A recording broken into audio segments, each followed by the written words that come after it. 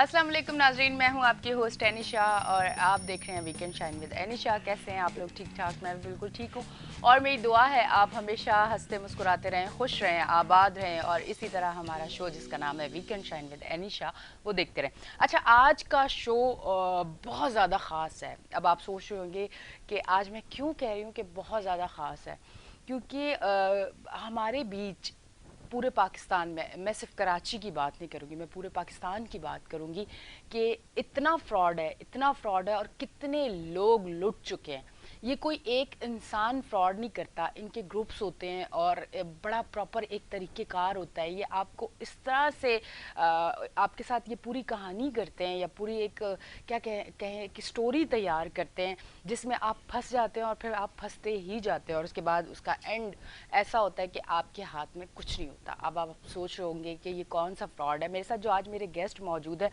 मैं उनसे डिटेल लूँगी क्योंकि आज जो मेरे साथ गेस्ट मौजूद है वो इसी तरह का फ्रॉड उनके साथ भी हुआ है और काफ़ी सारे लोग हो सकता है जो आज मुझे देख रहे हैं उनके साथ भी हुआ हो। और अगर उनके साथ हुआ है तो आप हमें लाइव कॉल करके शो में शामिल हो सकते हैं। आप बता सकते हैं अगर आपके साथ भी ऐसा हुआ है, क्योंकि ये इस टाइम फ्रॉड होने के बाद इन्होंने हिम्मत नहीं हारी। ये अपना केस भी लड़ रहे हैं, ये कोर्ट भी गए हैं। ये चाहते हैं कि सिर्फ इनको इंसाफ ना मिले बल्कि साथ जितने लोग हैं, कराची के नहीं पूरे पाकिस्तान के लोग, उनको भी इंसाफ मिलना चाहिए और जो लोग ये सारी चीज़ें कर रहे हैं वो लोग पकड़े जाएं। तो सबसे पहले मैं मिलवाऊंगी जो हमारे साथ हमारी गेस्ट मौजूद है, माजबीन फराज। अस्सलाम वालेकुम, कैसी हैं आप? अल्हम्दुलिल्लाह। अच्छा जी, मेरे जो दूसरे गेस्ट हैं उनका नाम है रुहेल, उनको वेलकम करती हूँ अपने शो पे। अस्सलाम वालेकुम, वालेकुम सलाम। कैसे हैं आप? अल्हम्दुलिल्लाह बिल्कुल ठीक अच्छा ठाक। रुहेल, पहले तो हमें थोड़ा सा देखने वालों को ये बताएं कि ये कोई किस तरह का ग्रुप है, ये किस तरह से लोगों को जो है वो अपनी तरफ खींचता है, कौन सी ऐसी अट्रैक्शन होती है इनकी बातों में, या कोई ऐसी चीज़ होती है कि इंसान बहुत समझदार इंसान भी बेवकूफ़ बन जाता है? मेरा ख़्याल है इसको आई थिंक और हम हम्म। अगर आसान कर दें तो अ, ये बहुत इजीली वाइट कॉलर क्राइम के तौर पे जो है वो क्लासिफाई हो सकता है। और बल्कि होना भी इसी तरह ही चाहिए बिकॉज़ जो आपका स्टैंडर्ड प्रोसीजर है हमारे माशरे में किसी भी किस्म की फाइनेंसिंग का, या आप कोई अगर जो वो हेल्प या सपोर्ट जो है वो बैंक के थ्रू आप लेते हैं इन टर्म्स ऑफ लोन्स या वट, तो ये बिल्कुल फाइनेंशियल जो है वो कैटेगरी में फॉल करते हुए अपनी सर्विसेज को उन्होंने जो है वो स्टार्ट किया। और आपको इसी तरह कार फाइनेंसिंग, होम फाइनेंसिंग या इन्वेस्टमेंट पर्सपेक्टिव से आपको ये देते हैं ऑप्शंस। दूसरा ये कि बैंक आपको कंपैरेटिवली जो रेट्स देता है इन टर्म्स ऑफ रिटर्न्स, ये उससे भी ज़्यादा लुक्रेटिव रेट्स आपको रिटर्न में आप ऑफ़र कर रहे होते हैं। तो अच्छा। ये बेसिकली वो चीज़ होती है जिसके ऊपर जो ज़्यादा इंसान अट्रैक्ट होता है। Even like people like us, जो कि हम खुद भी क्योंकि जो वो विक्टिम्स हैं इसके, तो हमारे साथ भी बेसिकली वो हमारी रिक्वायरमेंट्स भी इसी तरह की जो है वो थी। बैंक कंपैरेटिवली बहुत एक स्ट्रिक्ट प्रोसीजर से गुजारता है आपको सब चीज़ें करने के लिए, बट उसके पीछे एक रीज़न होता है। ये बहुत आसान प्रोसेस दिखाते हैं आपको कि आप बहुत आसानी से जो है वो अप्लाई कर सकते हैं और फिर उसके बाद जो है वो आपकी जो भी रिक्वायरमेंट है वो पूरी हो सकती है। तो उस तरह जो है वो लोगों ने इनको जो है वो कांटेक्ट करना जो है वो शुरू किया। इनके अपने बाकायदा सोशल मीडिया पे बहुत सारी जो है वो एड्स और प्रेजेंस वगैरह इनकी बहुत कॉमनली अवेलेबल होती है। ये अपने नेटवर्क बहुत जो है वो फैला के रखते हैं, लोगों तक अपनी बात पहुंचाने में बहुत जो है वो कामयाब रहे हैं। तो इस तरह जो है वो इन्होंने बेसिकली लोगों को ट्रैप किया। वहाँ से जो है वो इन्वेस्टमेंट के या कार लोन या होम लोन के नाम से उन्होंने जो है वो फंड्स इकट्ठा करना शुरू किए। और फिर जो है वो इनका जो बेसिक तरीके वारदात था वो उसी तरह था कि वो पैसे जमा करके एंड देन आपको किसी भी तरह उसके अंदर फंसा के अपने पास पैसे जमा करके एंड देन वो आपको रिटर्न की सूरत में जो है वो सिर्फ इन्वॉल्व रखते थे। एक वक्त आता था जब वो रिटर्न जो है वो मिलना बंद हो जाता था, आप कंप्लेन करना शुरू कर देते थे, आप अपने रिफ़ंड को प्रोसेस कराने की बात करते थे, पर वो भी जो है वो नहीं होता था क्योंकि ये हमें भी वक्त के साथ साथ जाके अंदाज़ा हुआ कि माशाल्लाह इनकी भी काफ़ी स्ट्रॉन्ग असर व रसूख हैं और काफ़ी अच्छा, सपोर्ट और मैं बैकिंग मैं है। मैं आपसे ये पूछना चाहूँगी कि जब आपके साथ ये हुआ तो ये ऑफिस इनका कहाँ था? जो पर्सनली मेरे साथ जो केस हुआ वो है इनका डिफेंस में सबा एवेन्यू पे इनका ऑफिस था। कंपनी का नाम है मेमन मर्चेंडाइज के नाम से। अच्छा, ये असल में इनका हमें भी ज़्यादातर जो है वो इश्यूज़ तब सामने आना शुरू हुए जब हमने नोटिस किया कि पिछले रजिस्टर्ड है ना रजिस्टर्ड, जी जी बाकायदा, ये मतलब आप एफबीआर का सर्टिफिकेट है उनके पास, एसईसीपी का सर्टिफिकेट है उनके पास, सब चीज़ें जो है वो मौजूद है, बाकायदा कंपनी रजिस्टर्ड है हमारे सिस्टम के अंदर। और यहाँ तक कि और यही चीज़ें हैं जिनकी वजह से वो आपको कन्विंस भी करते हैं। जब आप जाते हैं वो आपको बाकायदा एक प्लान निकाल के देंगे, आपसे जो भी डॉक्यूमेंट शेयर करते हैं उनमें ये चीज़ें सामने रखते हैं कि देखिए हमारी एफबीआर की सर्टिफिकेशन भी है और एसईसीपी की भी है और हम बाकायदा लीगल काम कर रहे हैं और ये सब चीज़ें। दूसरा ये कि जो मैं अभी बता रहा था कि बेसिकली हमें कहाँ से जो है वो उस चीज़ का खदशा हुआ कि पिछले 2 सालों के अंदर, ऑब्वियसली ये ऑपरेट तो ऑलमोस्ट कोई पिछले 8-9 साल से जो है वो कर रहे हैं डिफरेंट नामों से, लेकिन मेरा जो पर्सनल केस था वो स्टार्ट हुआ था मेमन मर्चेंडाइज, एक कंपनी है उसके थ्रू। विद इन 8 मंथ्स वो कंपनी का नाम भी चेंज हुआ, जो कि जो है वो इन्होंने उसको मेमन इंटरनेशनल के अंदर जो है वो कन्वर्ट कर दिया। आखिर में जब हम जो है वो केस लड़ने के लिए गए हैं तो वो MIM हो गई थी, जो मेमन इंटरनेशनल मैनेजमेंट के नाम से उन्होंने किया। तो ये नाम कंपैरेटिवली चेंज हो रहे थे, पर हर नाम के साथ एक FBR का सर्टिफिकेट था, हर नाम के साथ एक SECP का सर्टिफिकेट था, और ये सारी तमाम श्योरिटीज़ जो है वो हमें सिस्टम के थ्रू ही जो वो मिलती गई। और फिर हमने जब उन चीज़ों को भी सामने रखा और हमने जब इन लोगों से जो है वो क्वेश्चन किया इस चीज़ के ऊपर, तो उनके पास बहुत क्लियर और आसान जवाब था कि देखें हमारे तो नाम हमने चेंज किए बिजनेस रीजंस की वजह से, लेकिन देखें हम रजिस्टर्ड अभी भी है और सब चीज़ें हमारी जो है वो लीगल है। तो हम उन चीज़ों को ऑब्वियसली एक हद तक ही एक आम इंसान समझ सकता है और एक हद तक ही इन्वेस्टिगेशन में पढ़ सकता है। जब आपके ऊपर पड़ती है कि आपका प्रॉफिट के नाम पे या जो भी आपकी रिक्वायरमेंट है वो आपकी पूरी नहीं हो रही और आपका कमिटमेंट पूरा नहीं हो रहा, that is when you go into a complaint mode. अच्छा मुझे बताएं आपका नुकसान कितना हुआ? सबसे पहले तो मैं ये इसलिए बात कर रही हूँ, अगर हमें आप अभी देख रहे हैं और आपके साथ भी कुछ ऐसा हुआ है तो टीवी स्क्रीन पे फ़ोन नंबर आ रहे हैं, आप हमें लाइव कॉल भी कर सकते हैं। आपके साथ कितना देखें मेरा थोड़ा सा ये भी पता चल जाए ना, फिर उस हिसाब से पता चले कि ये मतलब सिर्फ आप 2 लोग सामने हैं अभी मेरे सामने, जी जी जी जी पीछे कितना कुछ हो चुका होगा और जी जी, सिस्टम अच्छा कैसे चल खासा रहा है। माशाल्लाह जो है वो अच्छे खासे लोग हैं। आई थिंक माजुबीन के पास ज़्यादा इसकी इन्फॉर्मेशन है, वो बेहतर बता सकती ठीक, है। मैं आपकी तरफ आती हूँ। अगर देखा जाए तो ओवरऑल पाकिस्तान से जो विक्टिम्स हैं यानी कि मुतासरीन हैं वो 23,887 मुतासरीन हैं जो रजिस्टर्ड हमारे पास, यानी कि हमने 2 साल में इनको डिस्कवर किया है। 23,887 ये वो लोग हैं जो सामने आए हैं और तकरीबन 700 से ऊपर वो लोग हैं कि जिन्होंने हमसे कांटेक्ट किया, क्योंकि हमने 2 साल पहले जब हमारे साथ ये सब कुछ हुआ था तो हम लोगों ने फिर एक बाकायदा प्रॉपर तरीके से इसको पब्लिश करना शुरू किया, लोगों से पूछना शुरू किया, FIR के लिए गए जो कि हमारी FIR नहीं हो रही थी। फिर एक तकरीबन 1 साल पहले K21 पे ही के साथ ही हमारे प्रोग्राम। अच्छा पहले तो मुझे ये बताएं कि FIR क्यों नहीं हो रही थी, वजह? क्योंकि जैसे कि मेरे साथी ने कहा कि इसमें बहुत सारे मतलब वजह ये है, बिल्कुल बिल्कुल बिल्कुल बहुत हाई लोकेलिटीज़ इन्वॉल्व हैं। तो मुख्तलिफ जिन जिन एरियाज़ में इनके ऑफिसेस होते थे वहाँ के थाने भी इन्वॉल्व होते थे। मतलब कुछ जो वहाँ के थे अरकान वो उनके साथ शामिल थे, जिसकी वजह से होता था कि जब जहाँ जो जिस इलाके का विक्टिम होता था जब वहाँ पे FIR करवाने जाता था तो हमें वहाँ उनकी तरफ से रेजिस्टेंस होती थी।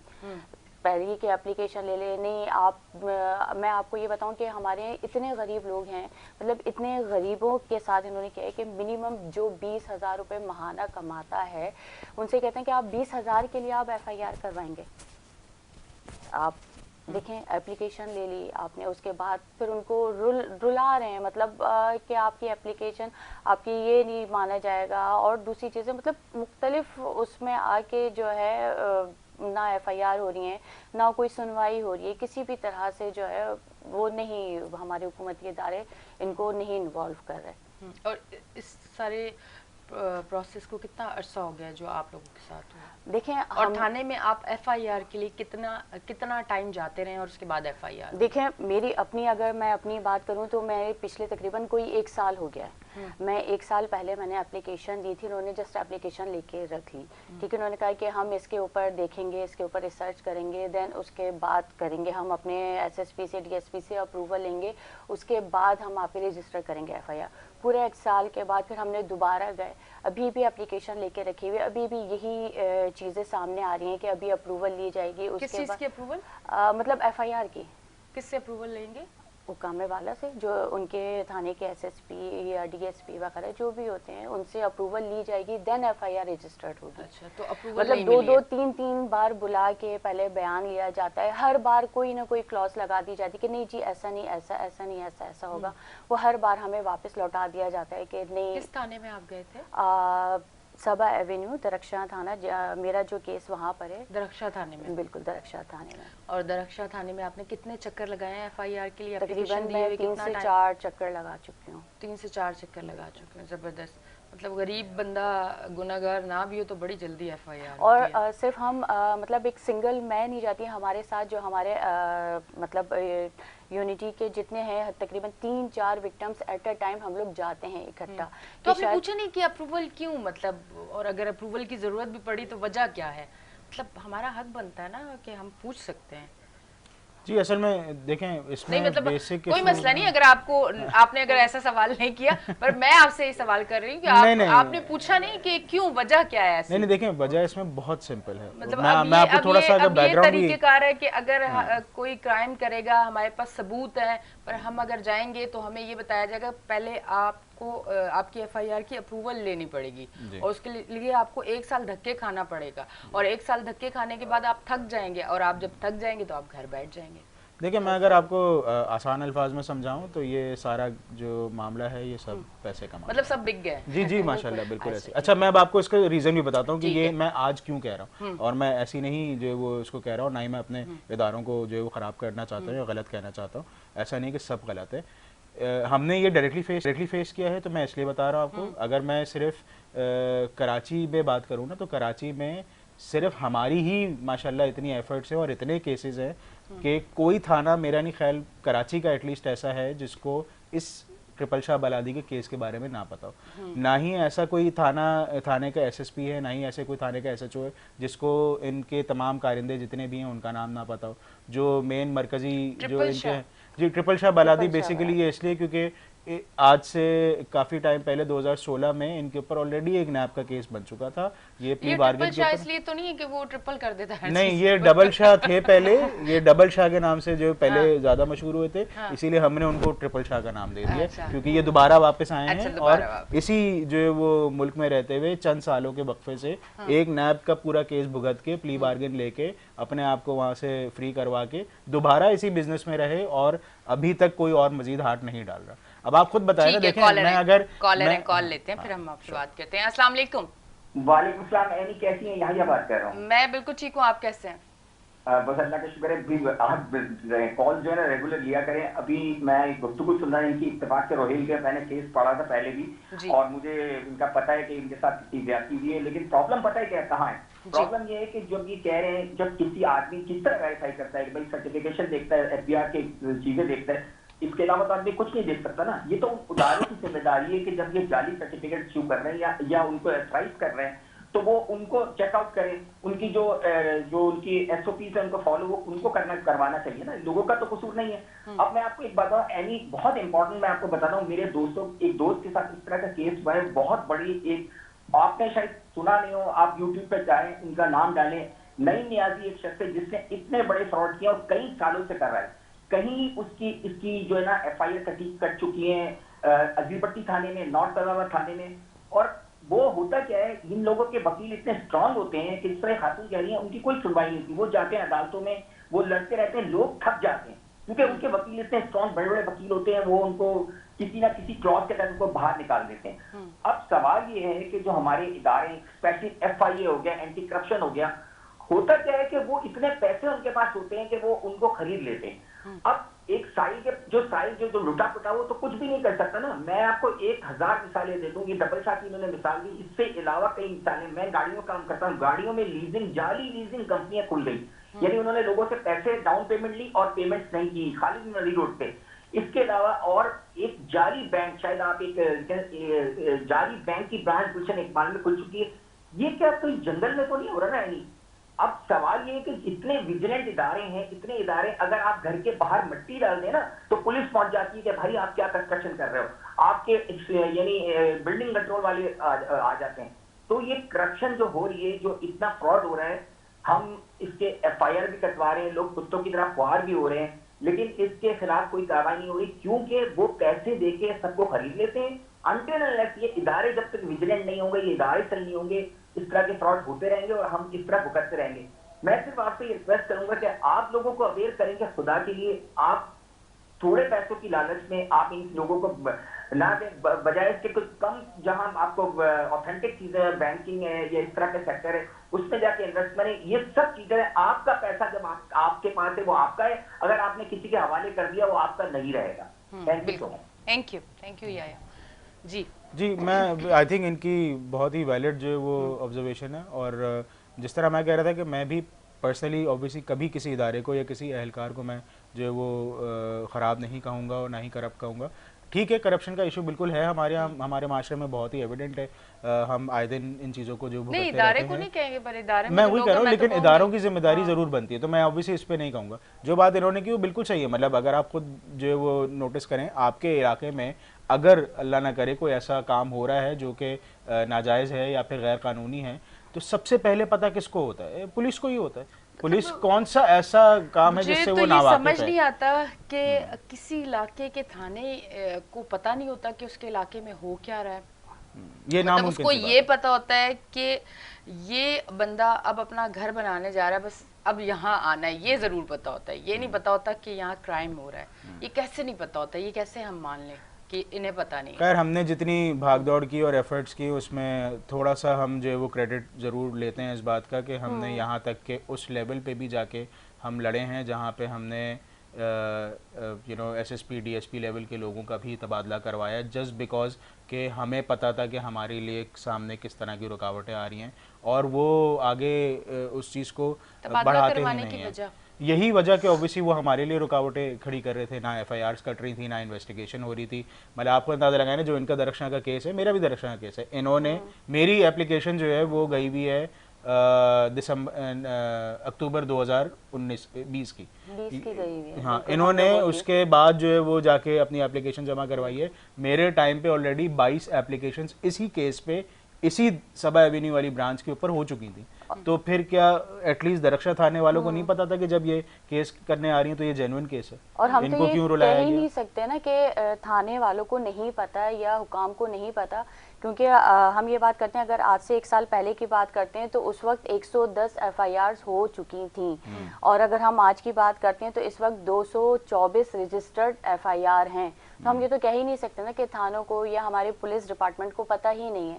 तो जिस मामले पे 224 एफआईआर्स हो चुकी हैं, वो भी 2 साल के अंदर, तो फिर आप कैसे उसको नेग्लेक्ट कर सकते हैं? इनफैक्ट अभी हमारे पास ऑलमोस्ट कोई तकरीबन गालिबन शायद 30 से 40 लोग ऐसे हैं जो अभी इस वक्त आज के दिन भी धक्के खा रहे हैं। उन्होंने एप्लीकेशन जमा कराई हुई हैं, थाने उनकी एफआईआर्स पक्की नहीं काट रहे, just because of the fact कि वो उस चीज़ को एक्नॉलेज करेंगे तो फिर उनके मामला ख़राब होते हैं जहाँ पे उनको। और बहुत सारे थाने ऐसे हैं जहाँ अभी आप जाके एप्लीकेशन दें उसी वक्त आपकी बकायदा पूरी एफआईआर काट के दे देंगे। मैं दरख्शा थाने में 3 बार एप्लीकेशन दे चुकी हूँ, लेकिन मेरी कोई एफआईआर अभी तक रजिस्टर्ड नहीं हुई।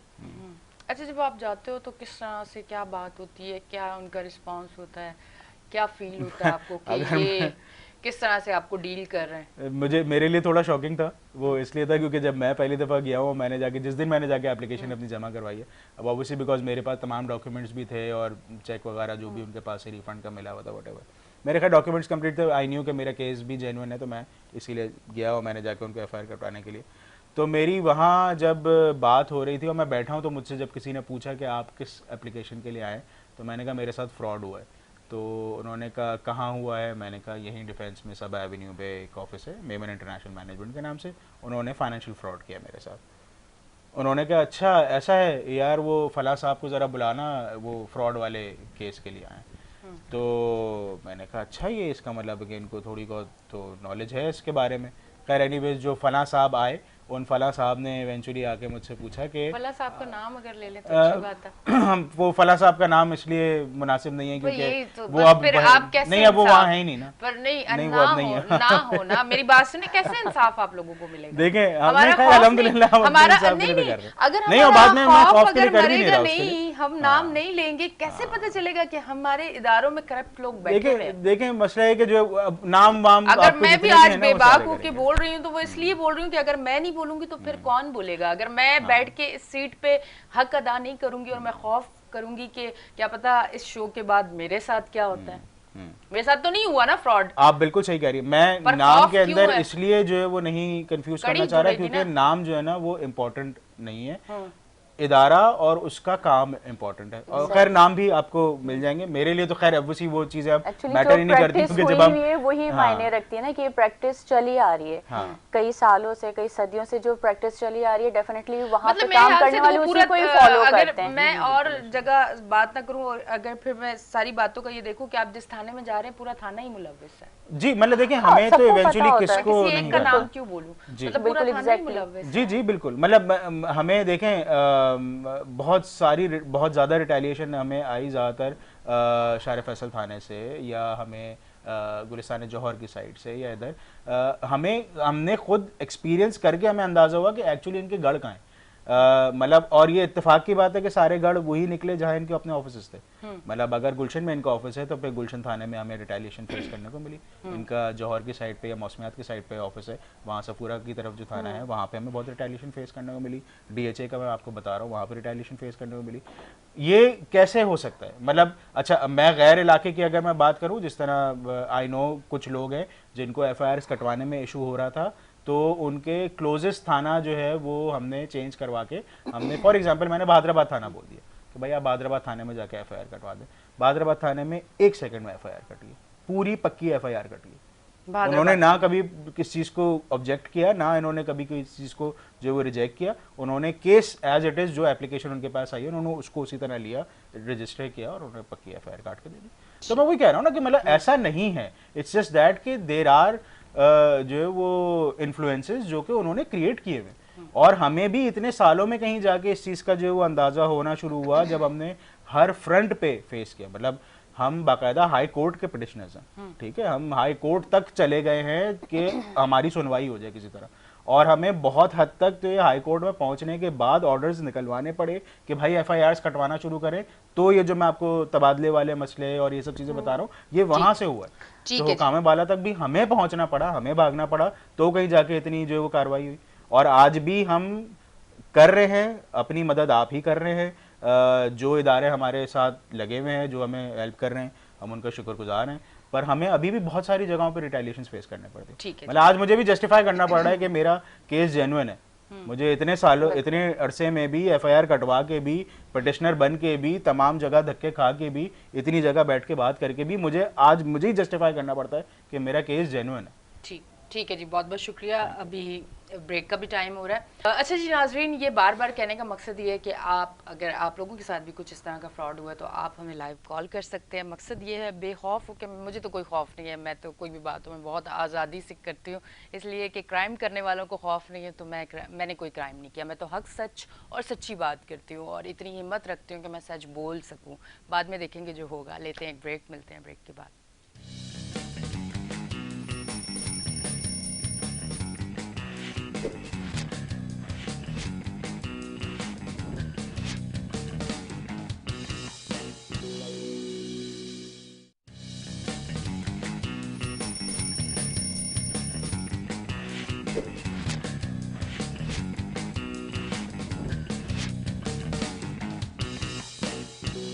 एक बार फिर से आपको वेलकम बैक। और आप लोग हमें लाइव कॉल कर सकते हैं। लाइव कॉल करने के लिए आपकी टीवी स्क्रीन्स पे हमारे फ़ोन नंबर आ रहे हैं। आज का शो बड़ा ख़ास शो है जहां बहुत संभल के बात करनी है और कि आपने कोई बात की तो होगा कुछ इस तरह कि आपने कुछ बोल दिया तो होगा कुछ यूँ कि वो सारे क्राइम करने वाले जो हैं उनका तो हम कुछ बिगाड़ नहीं सकते। फिर होगा क्या कि आपने ऐसी बात की है, आपने ये किया है, फिर आपके पीछे लोग लग जाते हैं। तो ये बड़ा एक मसला होता है कि आप कहीं अगर आपके साथ कुछ गलत भी होता है तो आप बोलते हुए बड़ा डरते हैं कि आप अगर बोलेंगे और बोलते हुए कोई अल्फाज जो हैं वो बेहतर ना हुए और बेहतरी में ना गए तो सुनने वालों को तकलीफ़ होगी और इतनी शदीद तकलीफ़ होगी कि फिर वो आपको तकलीफ़ देंगे। तो ये वाला कोई सिस्टम है, इसीलिए कुछ लोग बोलने से पहले सोचते हैं बहुत ज़्यादा कि क्या करें, बोलेंगे तो फंस जाएंगे। क्योंकि जो ये सारे क्राइम करते हैं उन लोगों के हाथ इतने लंबे होते हैं वैसे तो हमने सुना था कानून के हाथ लंबे होते हैं, पर मुझे लगता है कि अब कानून के हाथ छोटे हो चुके हैं और उनके हाथ इतने लंबे हो चुके हैं कि उन्हें कोई पकड़ नहीं सकता, उन्हें कोई पूछ नहीं सकता उनसे। वो खुलेआम पूरे पाकिस्तान में ये सारी चीज़ें करते हैं और फिर उसके बाद वो अपना बड़ा अच्छी ज़िंदगी गुजारते हैं, वो पूरी दुनिया में भी जाते हैं, उनको कोई कुछ कह ही नहीं सकता।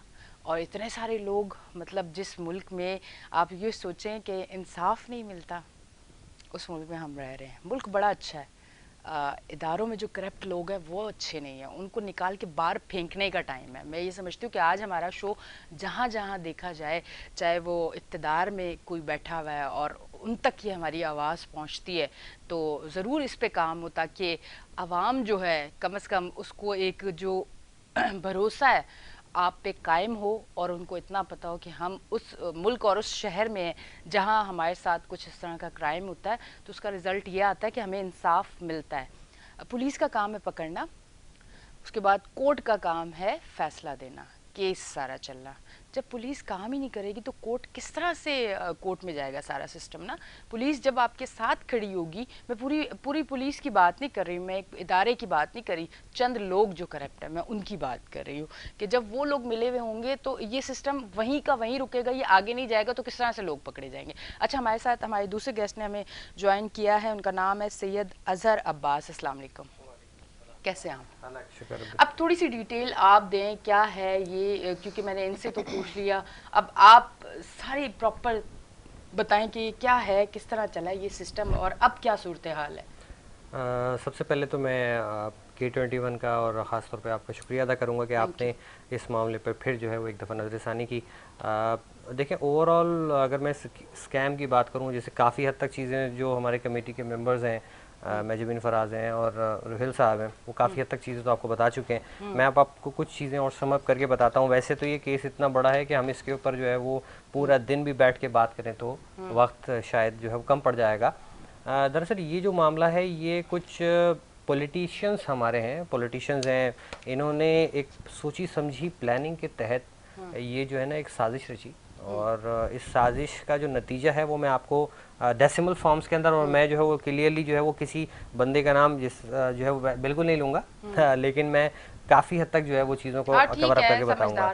इसमें हमारे जो नैब से पिछले 2 साल में यही लोग 5 मरतबा प्ले बार्गेनिंग कर चुके हैं। अच्छा। यानी हमारी जो सुप्रीम एजेंसी है ये उसके हाथ 5 मरतबा गिरफ्तार हो चुके हैं और ये सिर्फ 2 साल का डाटा है। 2 साल में इन्होंने 5 मरतबा प्ले बार्गेनिंग की है, 2016 में भी पकड़े गए और अब तक जो हमारे पास रिकॉर्डेड अमाउंट है जो हमारे विक्टिम का वो है 15 अरब।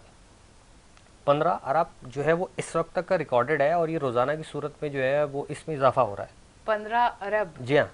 इस स्कैम की जो इस वक्त की हमारी खुद साख्ता जो रीडिंग्स हैं, जितने लोगों ने हमसे, सारी चीजों में सियासतदान भी मिले हुए, मैं अब थोड़ा उर्दू में बोल देती हूँ 100% ताकि मेरी आम आवाम, मेरी सादा आवाम, चले पढ़े लिखे लोग भी बन जाते हैं ना कभी कभी बेवकूफ़, क्योंकि ये ख्वाब और बाग ऐसे दिखाते हैं, क्या करें, फिर दिल करता है कि उस पर थोड़ा सा हम भी सैर कर लेना। एक ख्वाब होते हैं ना हर किसी के कि सारी चीज़ें अच्छी हो, ज़िंदगी बड़ी खूबसूरत हो, किसका दिल नहीं करता, फिर इंसान तभी बेवकूफ़ बनता है। और ये जो सादा लोग बैठे हुए हैं जिन बेचारों को कुछ पता ही नहीं है, वो भी बड़े बेवकूफ़ बनते हैं। चलिए यहीं से कंटिन्यू करते हैं। इसमें जो है वो अब तक जो है वो 15 अरब जो है वो इन्होंने पब्लिक से लूट लिया है और ये जो पूरे पाकिस्तान में एक इन्होंने एक टीम बिठाई हुई है। बेसिकली 172 हम हर चीज़ जो है अपने पास सबूत के साथ और विद एविडेंस हर चीज़ हमारे पास है। तो अगर कोई कानून नाफिज करने वाला इदारा या कोई भी एजेंसी अगर वो क्वेश्चंस करती है हमारे साथ, तो हम जो है वो ऐसी हवा में बात नहीं कर रहे, ठीक है। तो इसमें इन्होंने क्या किया है कि पूरे पाकिस्तान में एक कंप्लीट सेटिंग बिठाई और क्योंकि इसके ऊपर एक पॉलिटिशियंस जो है ना उसको बैकअप कर रहे हैं पूरा एक प्लान साजिश करके, और उन्होंने क्या किया है वो तमाम जगहें जहां से इंसाफ की फराहमी शुरू होती है। पॉलिटिशियंस जो हैं वो कोई सूबाई हुकूमत हो सकती है या क्या, थोड़ा तो बंदा बता सकता है ना ढके छुपे अल्फाज में। देखें, मैं सिर्फ ये कहूँगा कि मुझ पर 3 मरतबा जानी हमले हो चुके हैं। अच्छा, ठीक है। इमरान खान साहब के बाद तो लोग बड़ा अपने आप को माशाल्लाह, लोग उसके बाद तो ऐसे हो गए कि वो कहते हैं जो बात है फौरन से कर दो, मतलब जो बात नहीं भी है वो भी कर दो। मतलब हमारी आवाम तो अब उस तरफ जा रही है ना कि एक जोश और जज्बा उन्होंने ऐसा दे दिया आवाम को कि आवाम जो नहीं भी चाहती वो भी बोल देती है और बाद में बेचारों को बड़ा मसला होता है।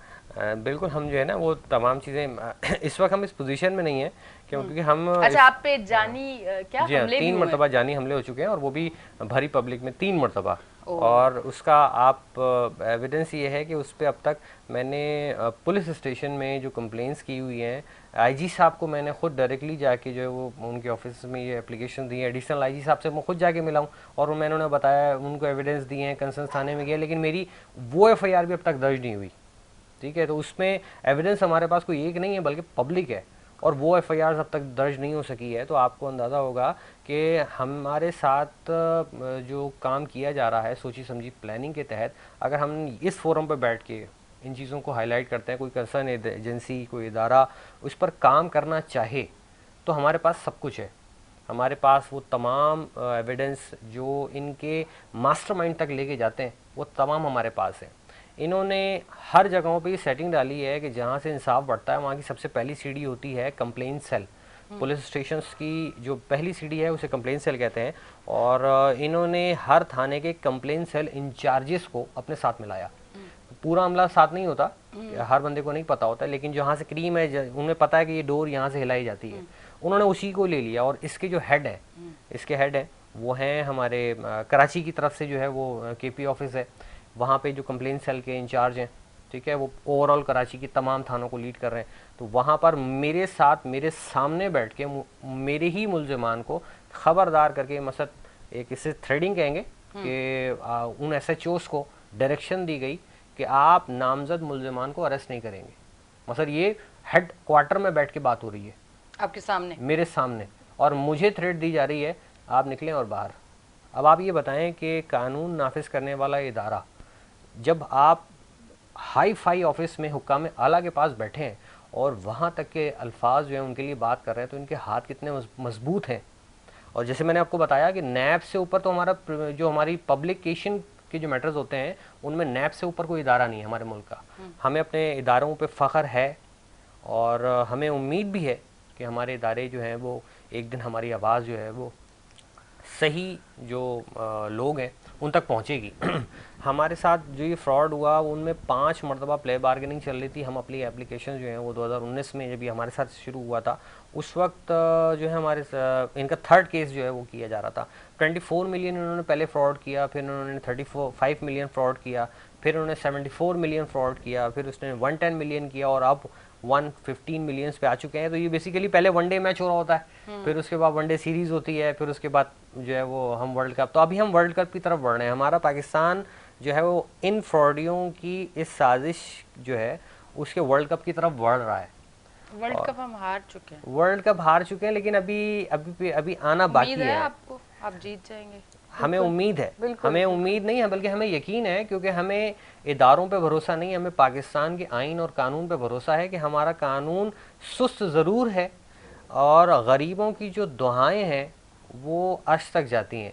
तो ये जिन लोगों को शिकार किया है ना वो कोई ट्रिलियंस और बिजनेसमैन और ये नहीं है। जैसे मेजबीन फराज के पास इसकी कंप्लीट डिटेल है, क्योंकि ये तमाम जो लेडीज़ हैं हमारी पाकिस्तान भर की जितनी भी लेडीज़ हैं और ओल्ड जो हमारे जितने भी हमारे ऐसे लोग हैं जो पेंशन्स पर हैं, ठीक है ना, तो उनका तमाम डाटा जो है वो मेजबीन फराज जो है वो गैदर कर रही होती हैं। ये क्योंकि खुद साख्ता तौर पर कमेटी बनाई है, ये कोई NGO हमने इसकी शक्ल नहीं दी, ना ही हमने कोई पॉलिटिकल कोई पार्टी ज्वाइन की है। हमें कई मरतबा ऑफर्स रही। मैं एक चीज़ मैं आपसे ही पूछना चाहूँगी कि आपको कोई ऑफर नहीं आई? जी हाँ, कि आप पीछे हट जाए ना। जी हाँ, मुझे ऑफर थी जिस तरह सबको खरीद सकते हैं, आपको क्यों नहीं खरीदा? जी हाँ, बिल्कुल ऐसा हो चुका है। और मैं इस पर बताना चाहूँगा, मेरे 57 लाख रुपए लूटे थे। उसके बाद मुझे थ्रेडिंग हुई थी कि हम आपको कुछ भी नहीं देंगे। उसके बाद 2 करोड़ तक आ चुकी है कि भैया आपके 2 करोड़ ले लें और आप जो है वो पीछे हट जाएं, पब्लिक को छोड़ें, पब्लिक को हम देख लेंगे और आप कमेटी शमेटी बनाना बंद करें। क्यों नहीं ले रहे? देखें, हर चीज़ पैसों से नहीं बिकती, अल्लाह की लाठी बेआवाज़ है, ये हमने जो है वो देखा भी है, सुना भी है और हमें यकीन भी है। तो इन्होंने ये सोचा कि जब भी कोई ऐसा मामला आएगा जो 5 दफ़ा प्ले बार्गेनिंग हुई है ना, हर दफ़ा में होता यही है कि या तो ये अदालत में जाते हैं या तो वकीलों को ख़रीद लेते हैं या पुलिस वालों को ख़रीद लेते हैं। उससे ऊपर बढ़ेंगे तो हमारी जो आला अदलिया है वहाँ तक इनकी रसाई चली जाती है, उससे आगे बढ़ते हैं तो सियासतदानों तक रसाई चली जाती है। तो इनको ये यकीन है कि पाकिस्तान में हर चीज़ बिक जाती है, लेकिन ये भूल जाते हैं कि अल्लाह की लाठी बेआवाज़ है, और अगर जो है वो जो प्लानिंग करने वाली ज़ात है वो हमारे खुदा की है, और अल्लाह ताला की प्लानिंग के आगे तमाम इस किस्म के जो लोग हैं ना उनकी प्लानिंग फेल हो जाती है। तो ये एक मैं मेरे खुद साख्ता तौर पर मेरे अपने दिल में था कि यार हमने पैसे का क्या करना है इंसान ने। मैंने अल्लाह ना करे अगर मैं इनके साथ मिलकर इन गरीबों का सौदा कर लेता, मेरे पास स्पेशल पावर ऑफ अटर्नी जो है वो तमाम लोगों की तरफ से मैंने हासिल की थी, और मैं चाहता तो ऐसा कर सकता था, लेकिन मैंने कहा कि भाई ये मेरी औलाद के आगे आएगा, मैं अगर सिर्फ अपना अपना सोचूंगा तो मैं आज तो गुजारा कर लूँगा और मैं खुश भी हो जाऊँगा, लेकिन वो हमारी जो आइम्मा ताहिरीन की तरफ से जो एक हमारा जो इस्लाम और शरई वो है वो कैसे उसको हम वहाँ कैसे फेस करेंगे, कब्र में भी जाना है। तो मैं इस चीज़ पर बिलीव नहीं करता कि हर चीज़ बिकाऊ होती है, और मैं आज आपके न्यूज़ चैनल्स की तवज्जुह से इस चीज़ को दोबारा बावर कराना चाहता हूँ कि हर चीज़ बिकाऊ नहीं है। पाकिस्तान में इस्लाम में हमारी जो कौम और जो हमें मज़हब हमें तालीम देता है तो वो जो है वो आज भी ज़िंदा है, और मैं उम्मीद करता हूँ कि हमारी पूरे मुल्क की आवाम से कि खुदारा दो पैसे की खातिर किसी दूसरे का भला करें, ना कि उसका सौदा करें।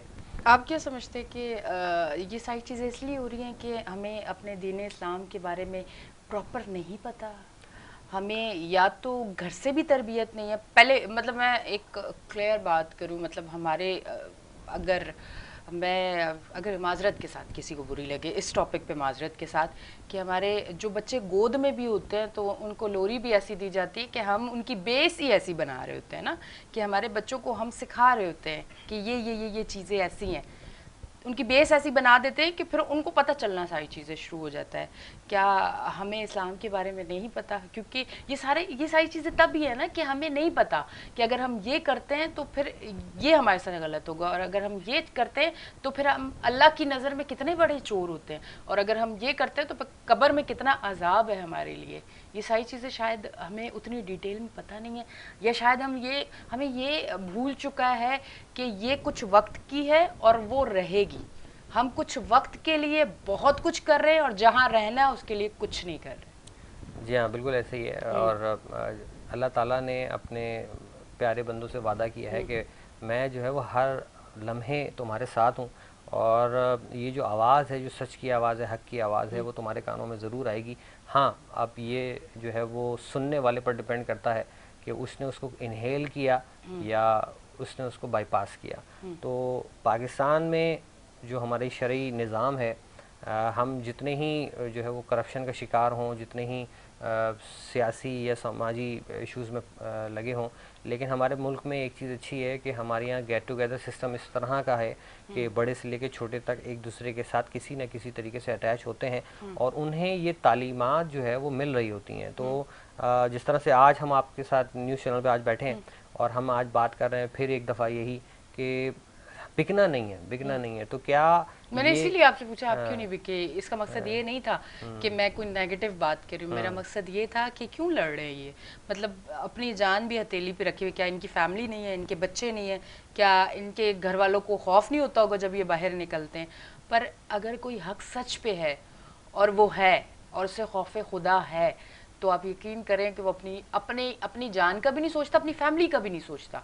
वरना क्या किसी का दिल नहीं करता एक लग्जरी लाइफ हो और एक सुकून वाली ज़िंदगी हो, रोज़ कोर्ट कचहरी के चक्कर, रोज़ टेंशन, बाहर जाऊंगा, अल्लाह ना करे खुदा ना करे कि वापस मैं आऊँ ना आऊँ। पर नहीं, चंद ऐसे लोग मौजूद हैं जिसकी वजह से दुनिया चल रही है। बात ये बेशक आपने बिल्कुल सही कहा। और मैं अब कुछ ऐसी चीज़ें भी आपके हमारे पास लास्ट मिनट है, आप बोलेंगे और फिर मैं इनका कुछ इन्होंने बताना है वो मैं लास्ट मिनट में लूँगी क्योंकि टाइम कम है। जी, हमारे इस मैटर के अंदर 3 कैजुअलिटीज़ हो चुके हैं। अच्छा। और इसमें एक ने खुदकुशी की है, दूसरे ने जो, क्योंकि सारी ज़िंदगी का सरमाया जब लूट लिया जाता है ना तो इंसान के पास ऑप्शन नहीं बचता, तो एक ने जो है वो खुदकुशी कर ली है, दो को जो है वो मर्डर किया है। ठीक है, वो इसी लोगों ने वो एक खातून है, उनके घर के उनके शौहर को, उनके बच्चों को मार दिया। वो ज़्यादा शोर मचा रही थी, मीडिया पे जा रही थी, उनके घर वालों को मार दिया।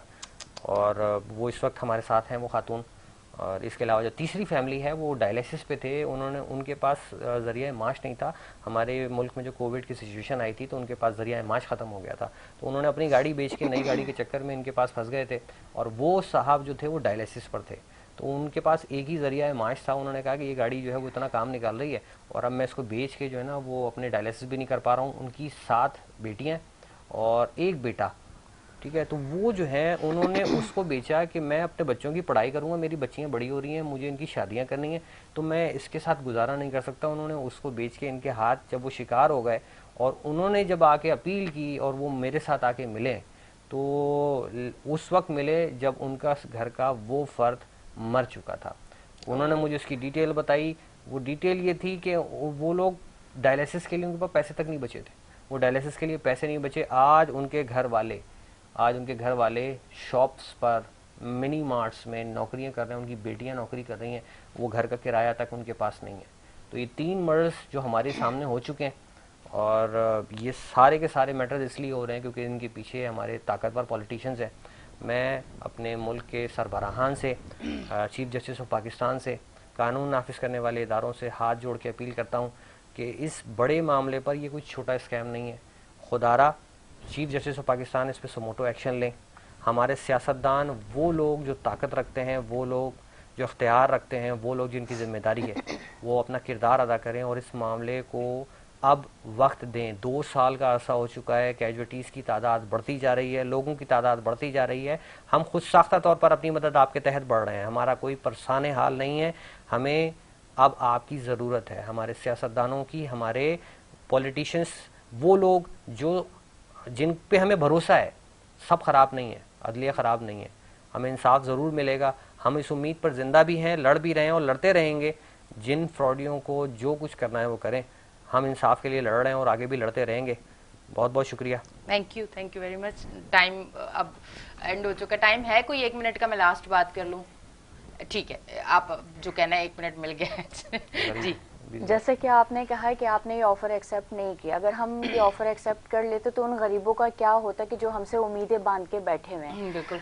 हमने जैसे कि बताया कि तकरीबन 800 से ऊपर लोग ऐसे हैं जिनका हमने 2 साल में डेटा कलेक्ट किया है, और इसमें ज़्यादातर तकरीबन 70 से 80% जो है वो गरीब आवाम है, जिन्होंने जो डेली की बुनियाद पे कमाते हैं, ठीक है, जो रोज़ाना की बुनियाद पे 1000 1200 कमा के इन्होंने यहाँ पे पैसे किए, उनकी उम्मीदें हमसे वाबस्ता हैं।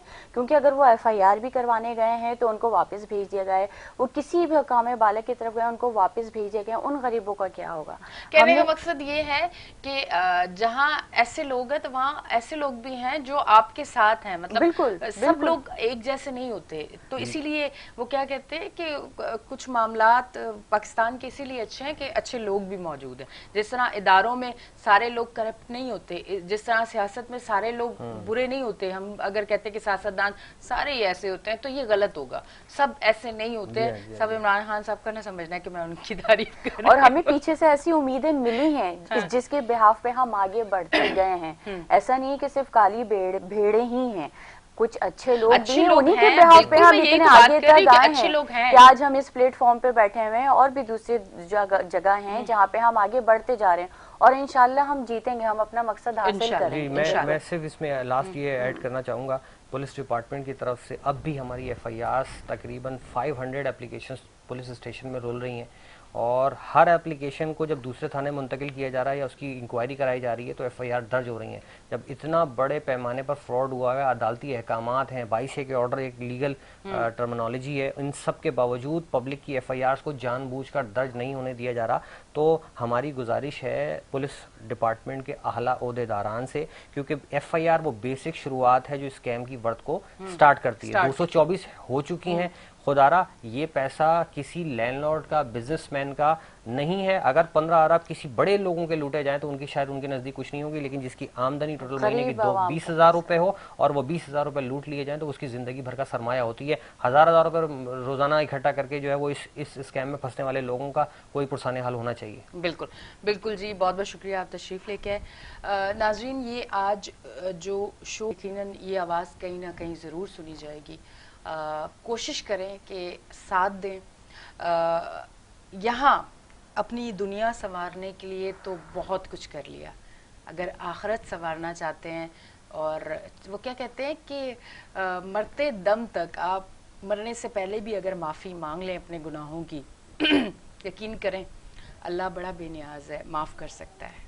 कहीं आप भी अगर इस चीज़ में थे और आपसे भी गलती हुई है तो अभी भी माफ़ी का वक्त है। इनके साथ गरीब लोगों को उनका हक दिलाने में इनका साथ दें और इनके साथ जुड़ जाएं ताकि इनको आसानियां मिलें। जिसके घर का जो फ़र्द गया है, जिसके घर में उसका पूरा घर सिस्टम उसी इंसान से चलता था, सोचें कि वो जो एक एक लम्हा अजियत का गुजार रहा है, आप यकीन करें उस एक एक लम्हे का जवाब देना होगा। लेते हैं एक ब्रेक, मिलते हैं ब्रेक के बाद।